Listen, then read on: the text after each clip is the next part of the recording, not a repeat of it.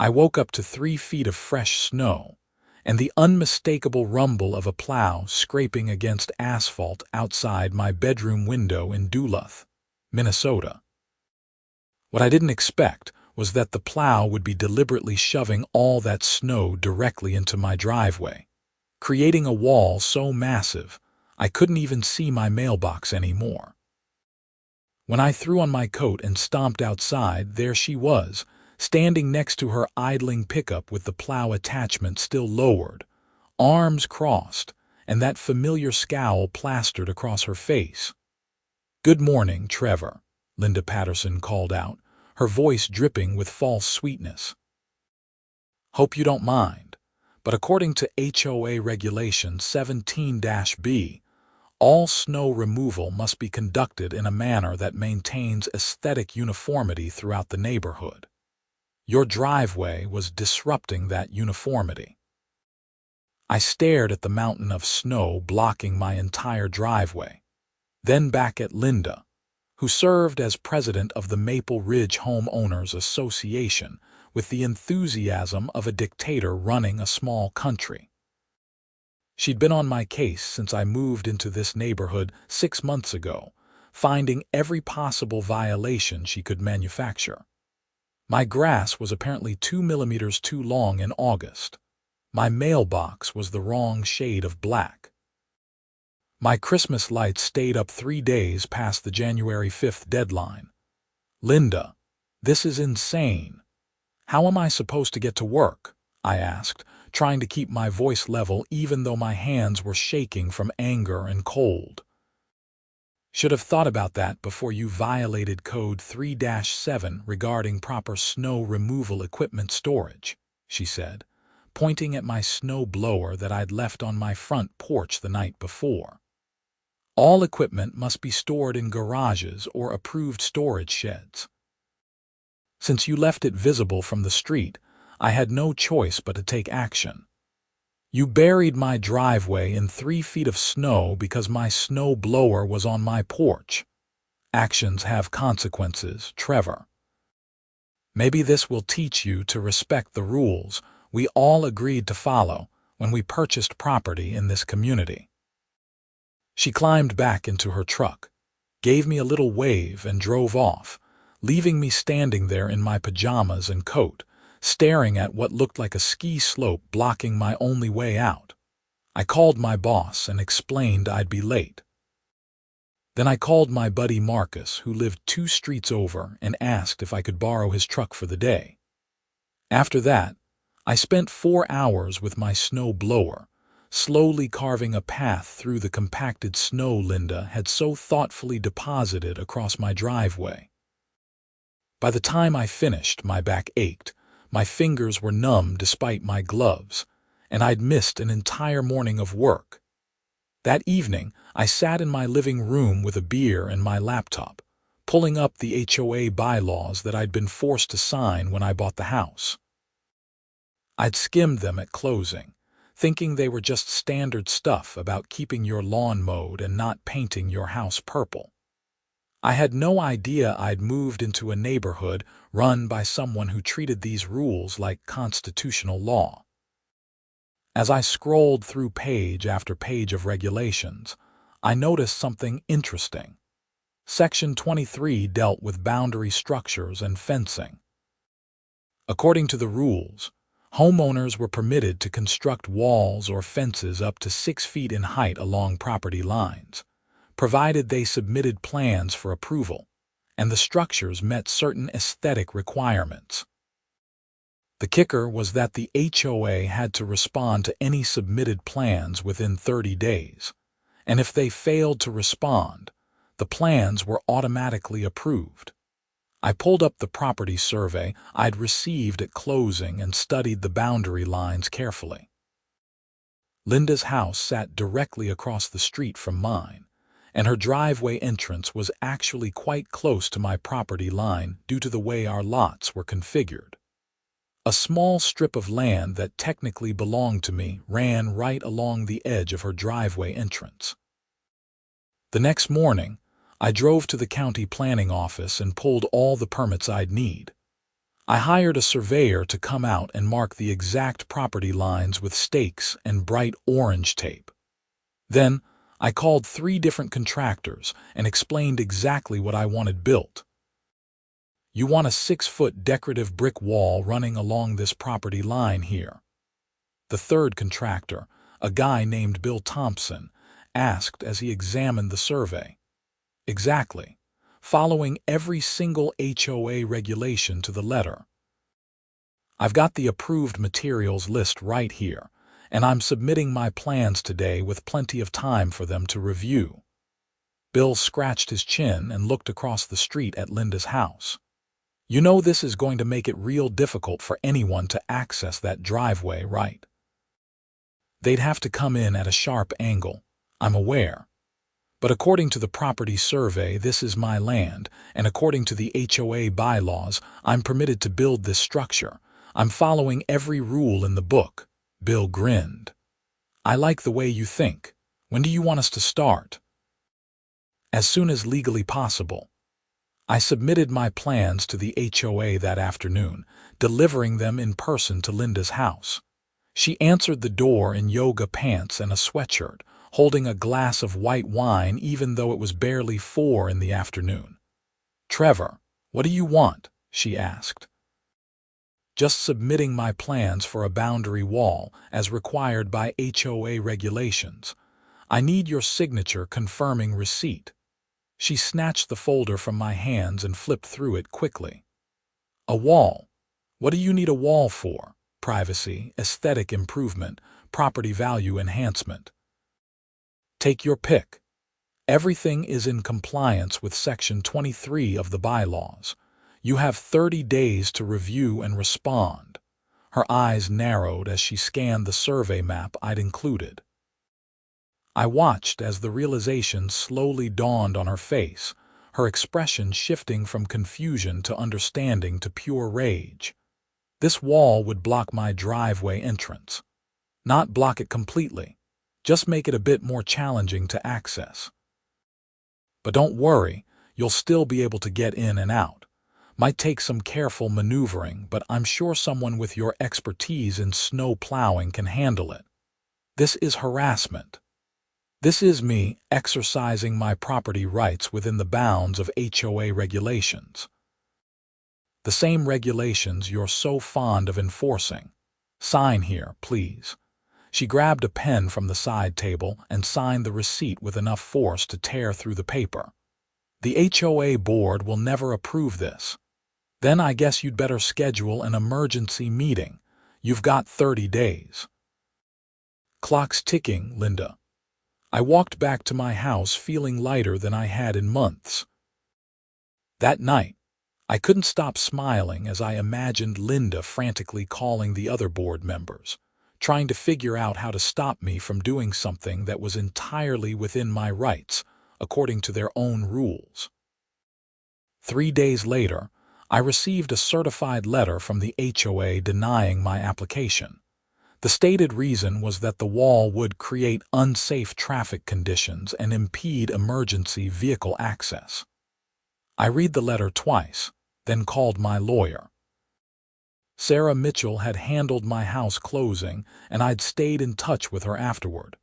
She was sharp, no nonsense, and had a reputation for eating HOAs for breakfast. They denied it on safety grounds, she asked after I explained the situation. That's what they're claiming. Did they hire a traffic engineer to assess the claim? Did they consult with the fire department? Do they have any actual evidence that this wall would create a safety hazard? Nothing mentioned in the letter. Then they've got nothing. HOAs can't just make up reasons to deny applications. They need documentation, expert opinions, legitimate concerns backed by evidence. Send me everything, I'll draft a response. We're going to build your wall, Trevor. Sarah's response letter was a thing of beauty. She systematically dismantled every argument the HOA had made, cited multiple precedent cases from Minnesota courts, and pointed out that the HOA's own bylaws contained no provision allowing them to deny applications based on unsubstantiated safety claims. She gave them 7 days to reverse their decision or face litigation. 4 days later, Linda showed up at my door.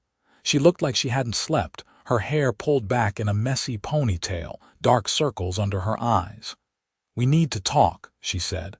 "Do we? Trevor, please, can I come in?" Against my better judgment, I stepped aside and let her into my living room. She sat on the edge of my couch, hands clasped between her knees. "I spoke with our HOA attorney. He says you're going to win if this goes to court. I know. Look, I know we got off on the wrong foot. Maybe I've been a little overzealous with enforcement, but this wall, it would genuinely make it difficult for me to access my property.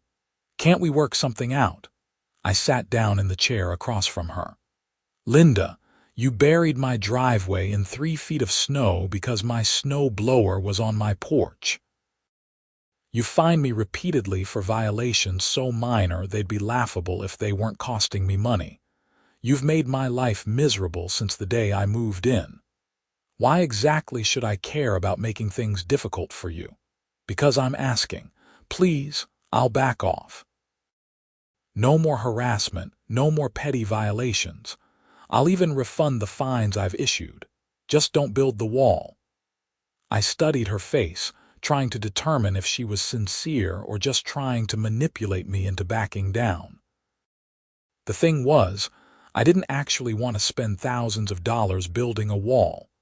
What I wanted was for Linda to leave me alone and let me live in my house in peace. "Here's my counteroffer," I said. "You resign as HOA president. You issue a formal apology in writing to me and every other homeowner you've harassed over petty nonsense. The HOA votes to amend the bylaws to make them more reasonable, and you stay out of my business completely. Do that, and I'll withdraw my application." Linda's jaw clenched.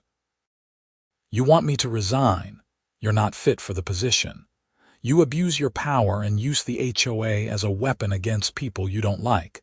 The neighborhood would be better off without you in charge." She stood up abruptly.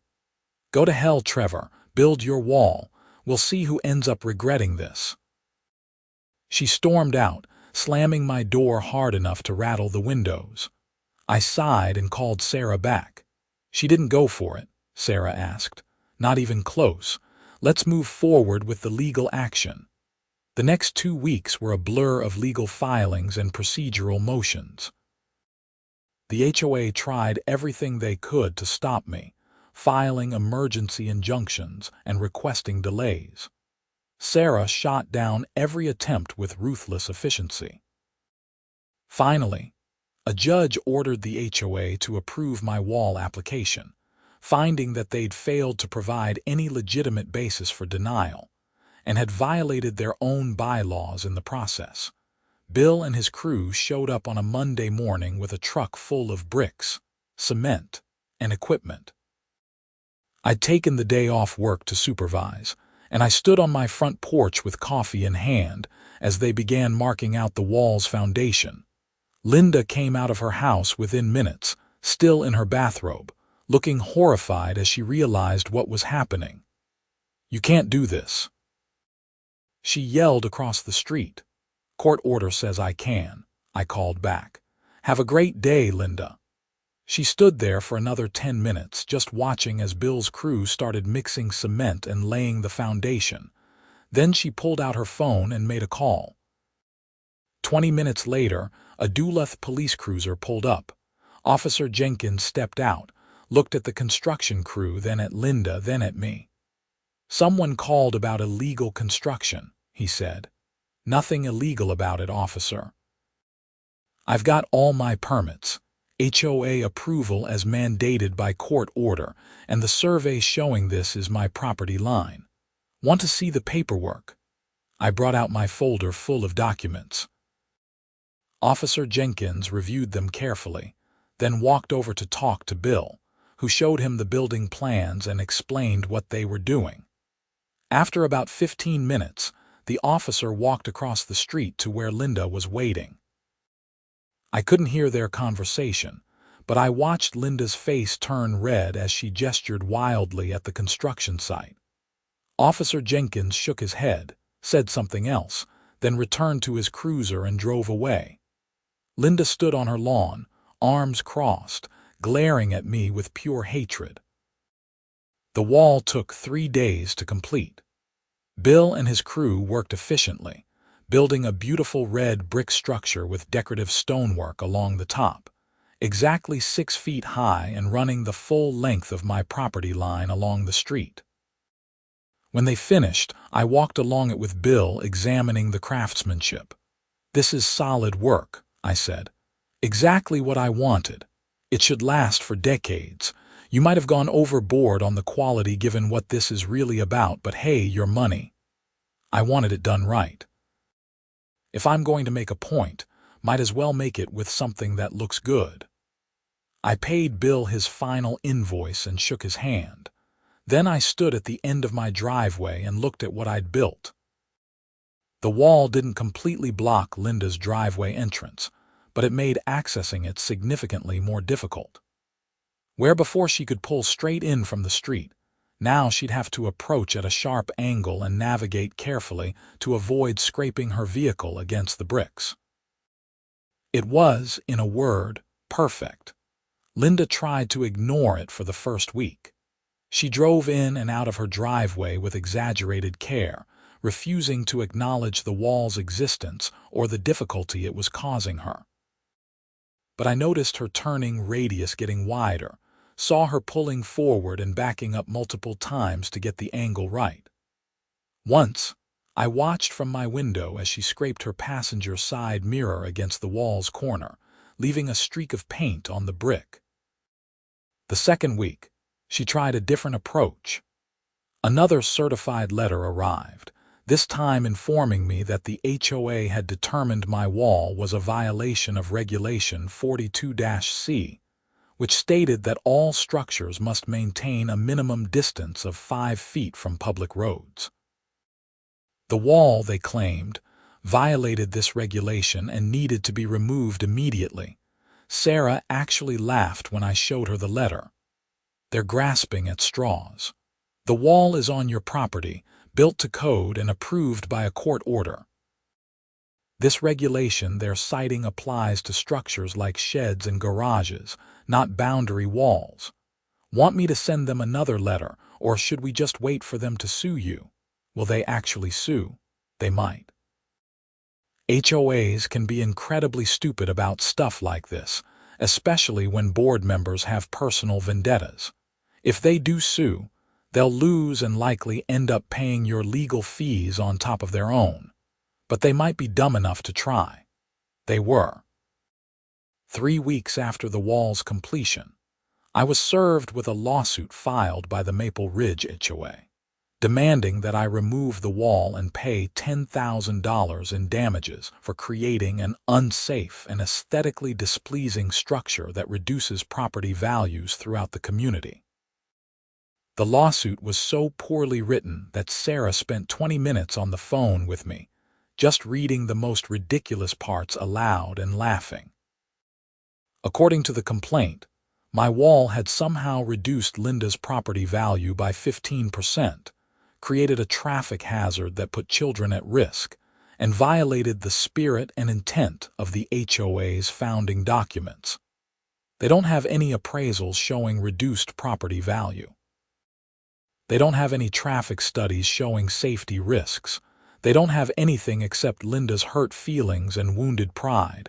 This is going to be fun, Trevor. The case dragged on for 2 months. During that time, winter deepened in Duluth, and we got hit with storm after storm. Linda continued to struggle with her driveway access, and I occasionally saw her sitting in her car, engine idling, clearly trying to work up the nerve to attempt the sharp turn required to pull in without hitting the wall. Meanwhile, the lawsuit discovery process revealed some interesting information. Sarah subpoenaed the HOA's financial records and meeting minutes, and what she found was concerning.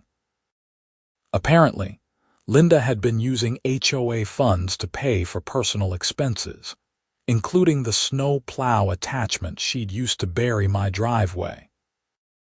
She'd also been issuing fines to homeowners who disagreed with her, and then using that fine money to pay for neighborhood improvements that mostly benefited her own property, like the decorative street lamp installed directly in front of her house. "This is embezzlement," Sarah said during one of our meetings. "I'm ethically obligated to report this to the state attorney general's office. Are you okay with that? It's going to make things significantly more complicated." "Do it." If she's been stealing from the HOA, everyone in the neighborhood deserves to know. Sarah filed her report, and 2 weeks later, state investigators showed up in the neighborhood.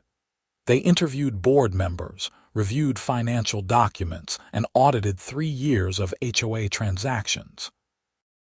What they found was even worse than we'd initially thought. Linda hadn't just been embezzling money for personal expenses. She'd been running a systematic scheme where she would identify homeowners who violated minor HOA rules, fine them excessively, and then pocket a portion of the fine money while reporting lower amounts in the official records. Over 3 years, she'd stolen nearly $40,000 from the HOA. The day the investigators arrested Linda, I was working in my home office when I heard the commotion outside. I looked out my window to see 2 state police vehicles and an unmarked sedan parked in front of Linda's house. Officers were walking her out in handcuffs while her husband Gerald stood on the porch, looking shell-shocked. I didn't feel triumphant watching her get arrested. Mostly, I just felt tired. This whole situation had spiraled so far beyond what I'd intended when I decided to build the wall. All I'd wanted was to send a message and get Linda to back off. I never expected to uncover a multi-year embezzlement scheme. The criminal charges against Linda were serious: grand theft, embezzlement, fraud. Her attorney tried to negotiate a plea deal, but the state attorney general's office wasn't interested in going easy on her.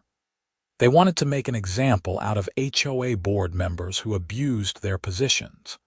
The civil lawsuit against me was dropped immediately once Linda was arrested.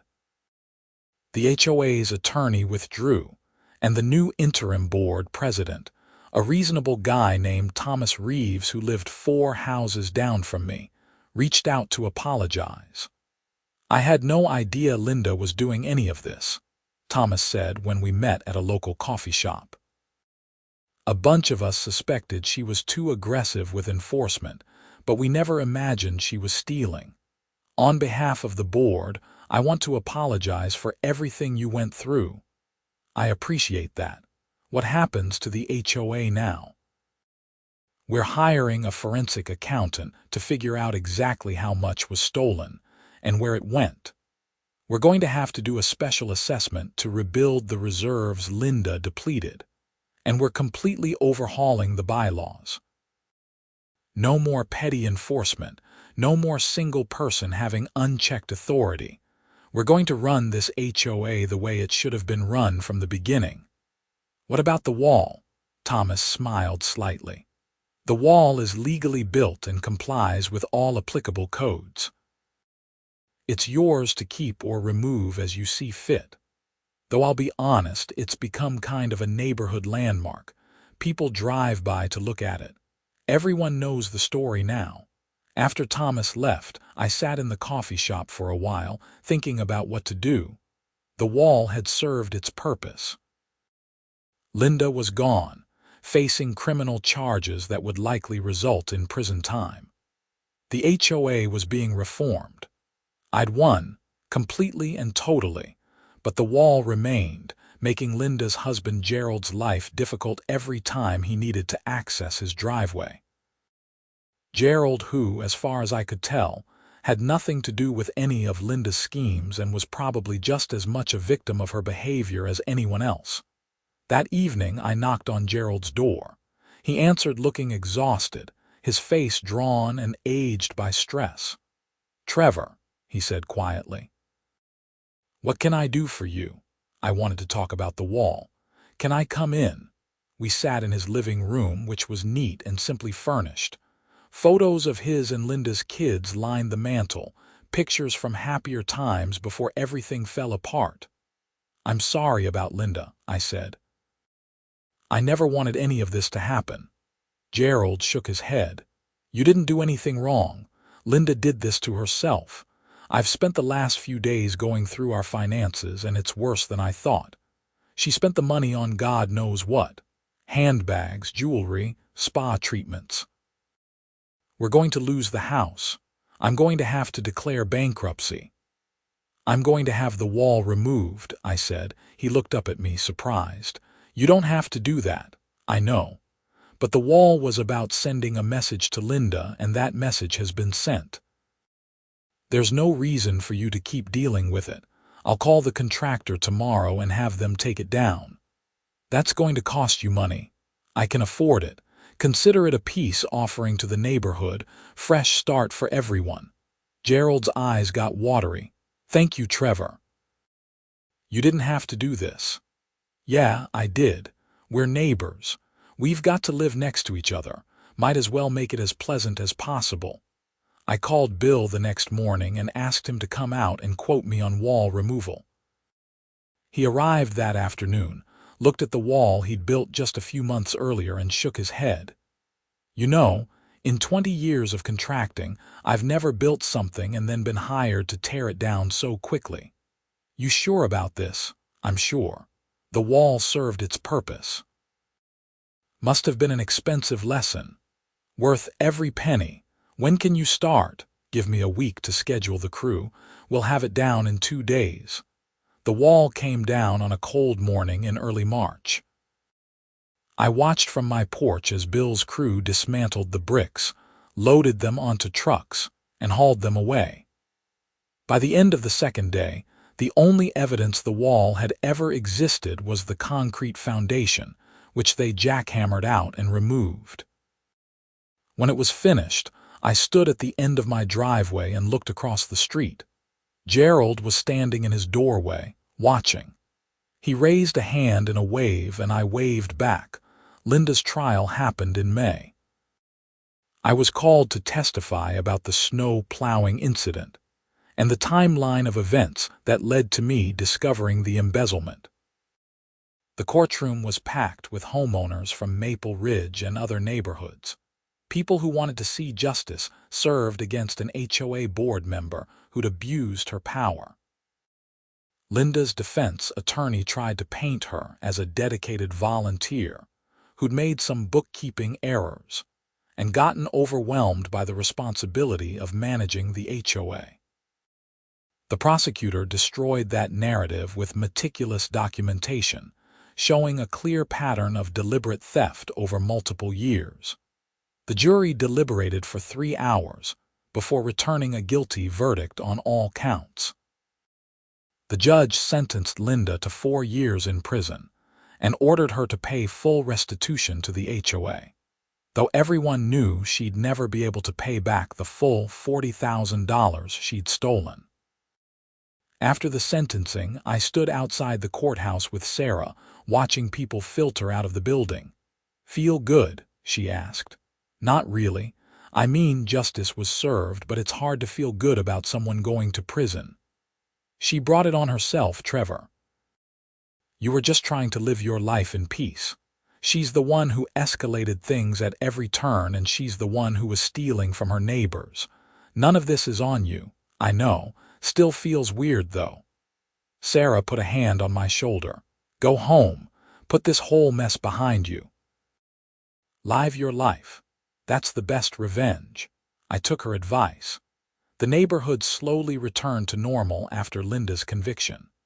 Thomas and the new HOA board implemented sweeping reforms to the bylaws, eliminating most of the petty regulations that had made life miserable for so many homeowners.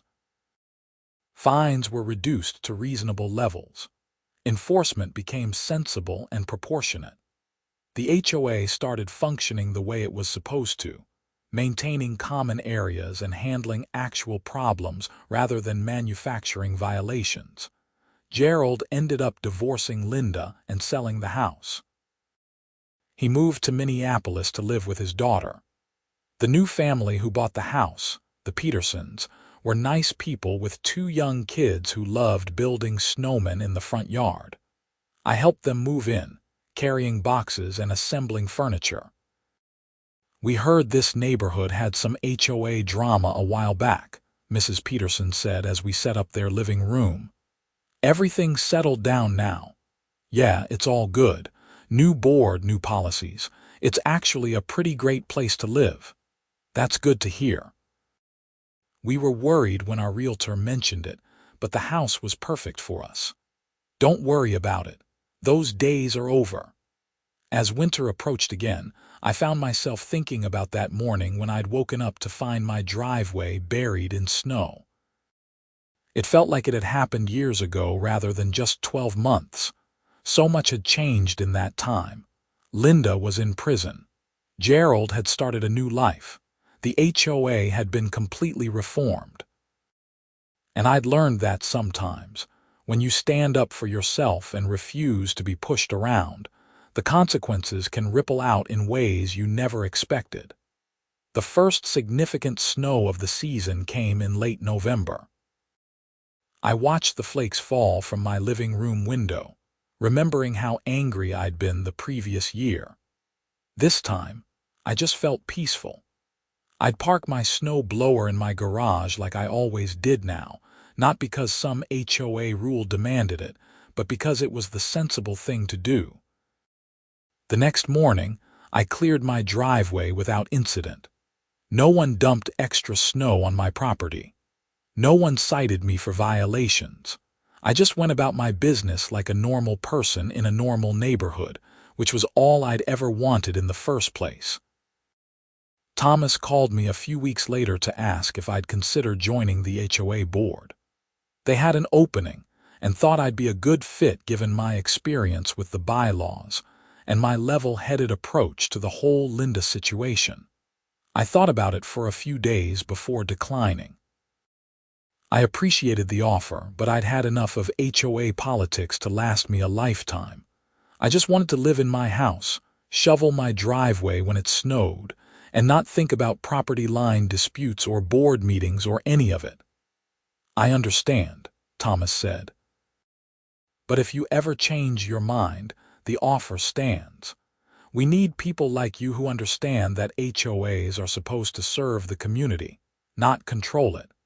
December brought more snow and the holiday season. I put up my Christmas lights on December 1st, and they stayed up until January 8th, 3 days past the old deadline. No one said a word. My lights were tasteful white icicle strands along the roofline. Nothing excessive, but I enjoyed knowing that I could have covered my entire house in multicolored bulbs if I'd wanted to, and no one would have harassed me about it. On Christmas Eve, I was invited to a neighborhood party at Thomas's house. It was the first real community gathering since Linda's arrest, and there was a nervous energy in the air at first, like everyone was waiting for someone to start enforcing rules or criticizing how people had decorated their houses. But as the evening went on and the wine flowed, people relaxed. Conversations turned to normal things like kids' school activities and Vikings football and plans for the new year. Someone brought up Linda, but Thomas quickly redirected the discussion, saying that chapter was closed and we were all moving forward together. I ended up talking with 3 different neighbors who pulled me aside at various points in the evening to thank me for standing up to Linda. Apparently, I wasn't the only person she'd targeted. She'd made life miserable for at least a dozen homeowners over the years, issuing fines for absurd violations and generally making people afraid to enjoy their own properties. "You did what a lot of us wanted to do but didn't have the guts for," a woman named Patricia said to me. She lived 6 houses down and had apparently been fined 3 times for having the wrong color flowers in her garden beds. When you built that wall, I wanted to cheer. We all did. It was like watching David take on Goliath. I just wanted her to leave me alone, I said. I never expected it to become this whole thing. But it did, and thank God it did. This neighborhood is so much better now. We can actually enjoy living here. Driving home that night, slightly buzzed from eggnog and good conversation, I thought about what Patricia had said. The wall had been my line in the sand, my way of saying I wouldn't be pushed around anymore. But it had ended up being something bigger than that. It had exposed corruption, led to reforms, and ultimately made life better for everyone in Maple Ridge. I still had mixed feelings about how everything had played out. Linda was in prison, Gerald's life had been destroyed, and I'd spent thousands of dollars on a wall that stood for less than 4 months. But I also couldn't deny that good things had come from it. The neighborhood was healthier. People were happier. The HOA actually functioned properly now. Sometimes you have to burn something down to rebuild it better, I thought. Even if burning it down wasn't really your goal in the first place. January brought Arctic cold to Duluth, the kind of weather where you didn't go outside unless absolutely necessary. I worked from home most days, watching the temperature gauge on my porch read -15, -20, -25. My heating bills were astronomical, but my house was warm and comfortable, and I didn't have to worry about anyone telling me my curtains were the wrong color or my roof shingles needed replacing. One particularly cold morning, I was making coffee when I heard a knock at my door. I opened it to find a process server holding a clipboard, his breath creating clouds of steam in the frigid air. "Trevor Thompson," he asked. "That's me. You've been served." He handed me an envelope, had me sign his clipboard, and hurried back to his warm car. I opened the envelope, confused and worried about what new legal drama might be unfolding. But it wasn't another lawsuit. It was a notice that the Maple Ridge HOA had settled all outstanding claims related to Linda Patterson's embezzlement. The forensic accountants had finished their work, and every homeowner who'd been improperly fined was receiving a full refund, including interest. Attached was a check for $1,700, representing all the fines Linda had issued me over the months I'd lived in the neighborhood, plus 6% annual interest. There was also a formal letter of apology from the board, acknowledging the harassment I'd endured and thanking me for bringing the embezzlement to light. I stared at the check for a long time. The money was nice, but what really meant something was the apology. Someone in authority was finally acknowledging that what had happened to me wasn't okay, that I'd been wronged, and that I deserved better. I deposited the check and used part of the money to take Sarah out to dinner at an expensive steakhouse overlooking Lake Superior. She'd earned every penny of her legal fees and then some. "To victory," she said, raising her glass of wine. "To reasonable HOAs and not having to deal with petty tyrants," I replied, clinking my glass against hers. "You know, in all my years practicing law, I've never had a case quite like yours. Most HOA disputes are just boring paper battles, but this one had everything. Drama, crime, a literal wall built out of spite. It was kind of amazing. I could have done without the amazing parts. Sure, but admit it, there's a part of you that's proud of how this turned out. You took on a bully, exposed corruption, and made your neighborhood a better place. That's not nothing, Trevor." She was right. Despite everything, despite the stress and the money and the time, I was proud of what had happened. Not proud that Linda went to prison or that Gerald's life fell apart, but proud that I'd stood up for myself and refused to be intimidated. February brought Valentine's Day, and a thaw that turned the streets into rivers of slush. My driveway developed a small ice dam that I spent an afternoon chipping away at, cursing the cold and the wet but grateful that no one was monitoring my snow removal techniques, or timing me to ensure I cleared the ice within some arbitrary deadline. The Petersons across the street were outside with their kids, building a slushy snowman that kept threatening to collapse. I walked over and helped them pack snow around the base, showing the kids how to make it more stable. "Thanks, Trevor," Mr. Peterson said. "You're always so helpful."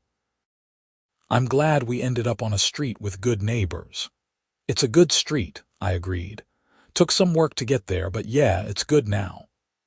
That night, I sat on my couch with a beer and my laptop, idly scrolling through news and email. On a whim, I Googled Linda's name and found an article about her case. It had become something of a cautionary tale in HOA management circles. Several homeowner advocacy websites had written about it, using her story as an example of what happens when board members are given too much unchecked power. There were online discussions debating whether HOAs should exist at all, with people sharing their own horror stories about power-hungry board members and unreasonable rules. My wall got mentioned in several threads, always with a mix of admiration and amusement. "Guy literally built a wall to spite his HOA president and ended up exposing a massive embezzlement scheme," one comment read. "This is the most epic HOA revenge story I've ever heard." I closed the laptop and turned off the lights, ready for bed. Tomorrow would be another work day, another ordinary day in my ordinary life in my ordinary house in Duluth, Minnesota. And that was exactly what I wanted. No drama, no conflict, no walls to build or battles to fight. Just a normal life in a neighborhood where people could live in peace without fear of harassment from their own HOA. That was the real victory, more than the money, more than seeing Linda brought to justice, more than any satisfaction I got from knowing my wall had made her life difficult for a few months. The real victory was peace. And after everything I'd been through, peace was exactly what I'd earned. March arrived with hints of spring and the promise of warmer days ahead. The snow began to melt in earnest, revealing dead grass and forgotten dog toys and all the debris that had been buried since November. My driveway emerged from winter with some new cracks that would need filling, normal wear and tear from the freeze-thaw cycles. I was out assessing the damage one Saturday morning when Thomas walked up, wearing running gear and looking out of breath. "Morning, Trevor." "Taking inventory of winter damage." "Yeah, looks like I'll need to seal some cracks and maybe redo part of the asphalt in a year or two." "How are things with the board?" "Good, actually. We're running smoothly."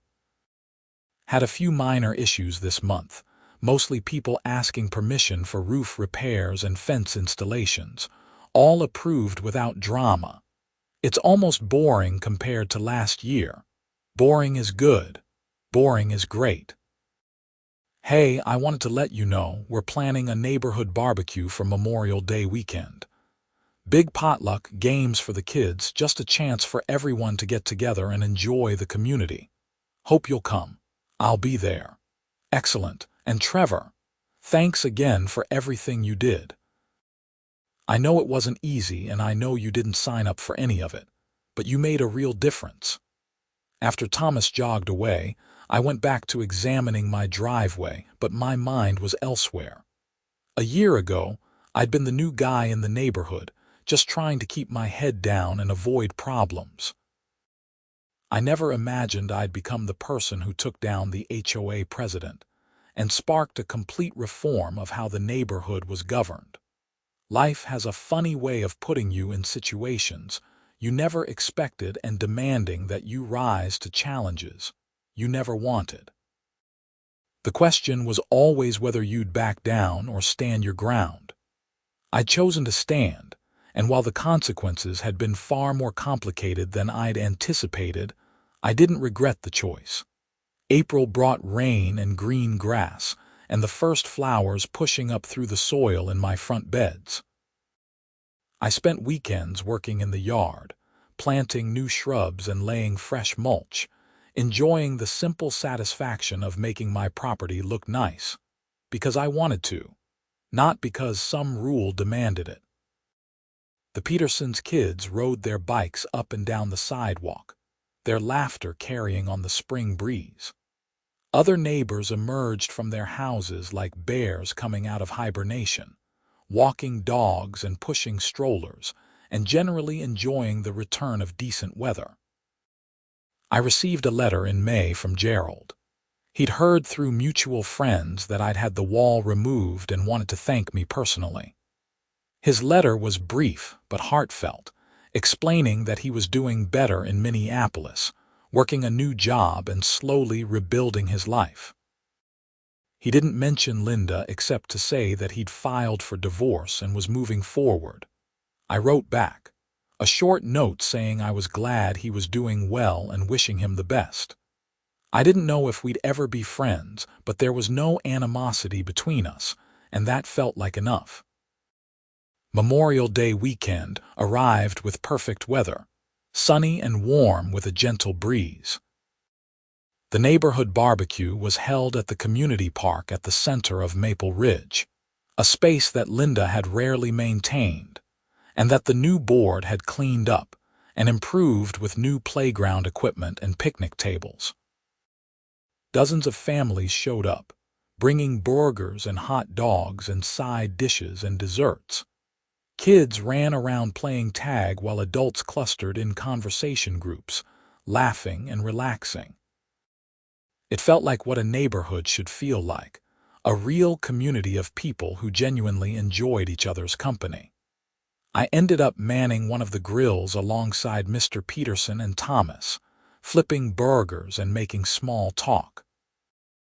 At one point, Patricia from the Christmas party came over with a plate of cookies. "These are for the grill crew," she said. "Thanks for cooking for everyone." "Our pleasure," Thomas said. "Great turnout, huh? Best one we've had in years. I think people really wanted to celebrate the new HOA. It's like we're reclaiming our neighborhood." As the afternoon wore on and the sun began to sink lower in the sky, Thomas called for everyone's attention. He climbed up on one of the picnic tables and waited for the conversations to die down. "I just want to say a few words," he began. A year ago, our neighborhood was in a tough spot. We had problems, both with how our HOA was being run and with criminal activity we didn't even know about, but we came through it. We made changes. We fixed what was broken. And now, look around. Look at all of us here together, enjoying this beautiful day, enjoying each other's company. This is what Maple Ridge is supposed to be. This is what we're going to keep building together. People applauded and someone shouted, "Here, here." Thomas caught my eye and nodded, a silent acknowledgement of the role I'd played in getting the neighborhood to this point. I nodded back, then turned my attention back to the grill, not wanting to be the center of attention. The party lasted until nearly dark, kids sticky with s'mores and parents pleasantly full of good food and good company. I helped clean up, loading trash into bags and folding tables, working alongside neighbors whose names I now knew, people who'd become something like friends over the past year. Walking home as the streetlights flickered on, I felt a deep sense of contentment. My house came into view, a simple 2-story colonial with white siding and black shutters, nothing fancy but mine. My driveway was clear. No snow, no wall, just empty asphalt leading to my garage. Inside, I grabbed a beer from the fridge and sat on my back deck, listening to the evening sounds of the neighborhood. Dogs barking in the distance, a lawn mower running somewhere, kids being called in for bedtime. Normal sounds of normal life. My phone buzzed with a text from Sarah. "Saw on social media that you guys had a neighborhood party. HOA approved." I smiled and texted back. "Board organized it. Times have changed. Good, you earned this, Trevor, enjoy it. I did enjoy it. Every peaceful day, every interaction with reasonable neighbors, every moment of living without fear of arbitrary rules or vindictive enforcement, I enjoyed it all. The wall had been my catalyst, the thing that set everything in motion, but this quiet peace was the real goal all along. June brought summer in full force, long days and warm nights, and the smell of grilling meat drifting through the neighborhood every evening. I dated a woman named Jessica for a few weeks, someone I'd met through a friend at work. It didn't turn into anything serious, but it was nice to have someone to go to dinner with and catch movies with. July 4th came with the neighborhood putting on a fireworks display at the park, legal and properly permitted. Nothing like the chaos of people setting off illegal fireworks in their driveways like I'd experienced in previous places I'd lived. I watched the show with the Petersons, their kids sitting on a blanket and oohing and aahing at every burst of color in the night sky. August meant the end of summer was approaching. I took a week of vacation and drove up to the North Shore, hiking along Lake Superior and camping in state parks.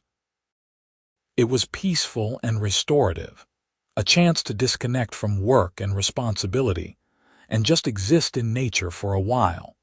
When I got back, there was another HOA newsletter in my mailbox, the monthly update that actually contained useful information now instead of threats and violation notices. This month's letter announced that the neighborhood had finished paying off the legal fees from Linda's case, and that the HOA's finances were finally stable again. There would be no special assessments, no increased dues, just normal operation going forward. September brought cooler temperatures and the start of another school year. The Peterson kids started riding the bus from the corner, joining other neighborhood children in their backpacks and new shoes. I'd wave to them from my porch as I drank my morning coffee, and they'd wave back. Just another small ritual of neighborhood life. October arrived with fall colors, and the approach of my 1-year anniversary of building the wall. The date came and went without fanfare. I thought about it briefly that morning, remembered the anger and determination I'd felt, but mostly I just felt grateful that whole chapter of my life was over. Halloween was big in Maple Ridge. The neighborhood went all out with decorations, and dozens of kids trick-or-treated along our streets. I handed out full-size candy bars, enjoying the excitement on kids' faces when they saw what I was giving away. The Petersons dressed their kids as a princess and a dinosaur, and I took pictures of them on my porch before they went off to collect more candy. November meant winter was coming again. I got my snow blower serviced and ready, checked my supply of ice melt, and generally prepared for another Minnesota winter. But this time, I wasn't worried. There would be no one to harass me about snow removal, no one to bury my driveway out of spite, just normal winter in a normal neighborhood. The first snow came on Thanksgiving weekend, a light dusting that the kids used to make tiny snowmen. I cleared my driveway and sidewalk, waved to neighbors doing the same, and went back inside to watch football and eat leftover turkey. December brought another round of Christmas lights, and this year I went a bit bigger, adding some white net lights to the bushes in front of my house. They looked tasteful and festive, and no one said a word except to compliment them.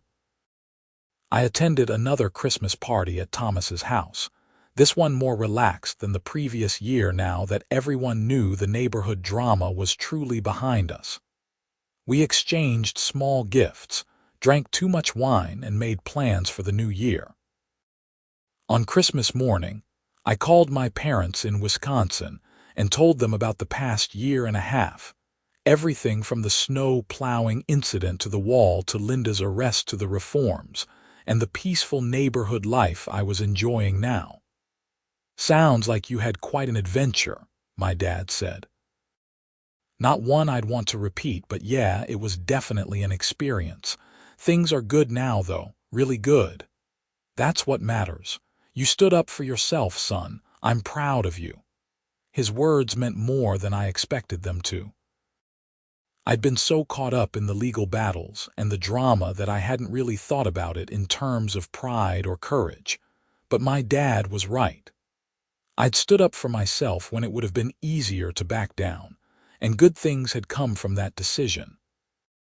As the year wound down toward New Year's Eve, I found myself reflecting on everything that had happened since I'd moved to Maple Ridge.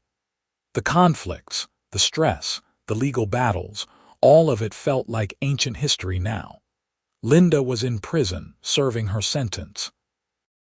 The neighborhood had healed and moved forward. Life was normal and peaceful and good. On New Year's Eve, I stood on my front porch at midnight, watching fireworks in the distance and listening to neighbors cheering and celebrating. The year ahead was full of possibility, full of normal, everyday life without drama or conflict. I raised my beer toward the sky in a silent toast. To walls that come down, to neighborhoods that heal, to standing up for yourself even when it's hard, to finding peace on the other side of conflict. To home. The night was cold and clear, stars visible despite the light pollution from the city. I finished my beer, went inside to warmth, and closed the door on the old year, ready for whatever the new one would bring. No walls needed, no battles to fight, just life moving forward one ordinary day at a time. And that was exactly what I wanted.